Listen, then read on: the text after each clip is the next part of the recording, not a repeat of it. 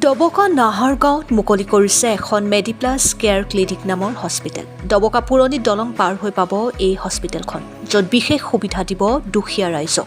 যিকোনো সময়ত পাব ডক্টৰ তথা 24 ঘণ্টা থাকিব মুকলি। অন্য হস্পিটেলতকৈ বিশেষ সুবিধা লাভ কৰিব ৰাইজে। বৰ্তমান ইমাৰ্জেঞ্চিৰ 5খন বিচনাৰে আৰম্ভ কৰিছে এই ক্লিনিকখন। মুকলি হোৱাৰ লগে লগে ৰোগী আহিছে ক্লিনিকখনত। ইতিমধ্যেই আমাৰ হাতত দৃশ্যাংশ আছে। আৰু আমচুৰ জিলা সমিতিৰ উপসভাপতি তথা ডবকা গেলামাল ব্যৱসায়িক সন্থাৰ সভাপতি আব্দুল হাছিব উৰফে আল হাছিব লগতে ক্লিনিকখনৰ স্বত্বাধিকাৰীৰ মন্তব্য আছে। ডবকাৰ পৰা লুৎফুৰ ৰহমানৰ ৰিপৰ্ট, অৰুণোদয় আছাম। আপোনালোকে জানে ডবকাত আন এটা ভাল খবৰ বুলিও ক'ব পাৰোঁ। যদিও আজি ডবকা নাহাৰগাঁও ডবকা ব্ৰিজ যিখন ব্ৰিটিছে বনাই দিয়া ব্ৰিজ পোৱাৰ আগত যিটো নাহাৰগাঁৱত আজি মুকলি কৰা হৈছে মেডিকেয়াৰ ক্লিনিকখন। এইখনত মানে ইমাৰ্জেঞ্চি ৰোগীৰ কাৰণে এটা সুবিধা আছে।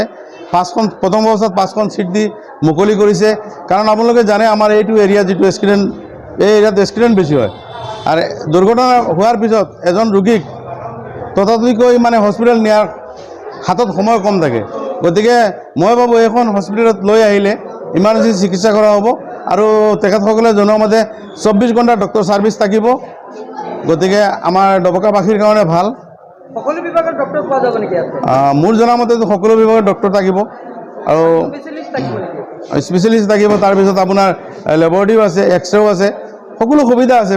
মেডিকেলত যি সুবিধা লাগে সকলো সুবিধা আছে, সকলো সুবিধা পাব ইয়াত। চব ফেচিলিটি আছে। বৰ্তমানে 5খন চিট আছে।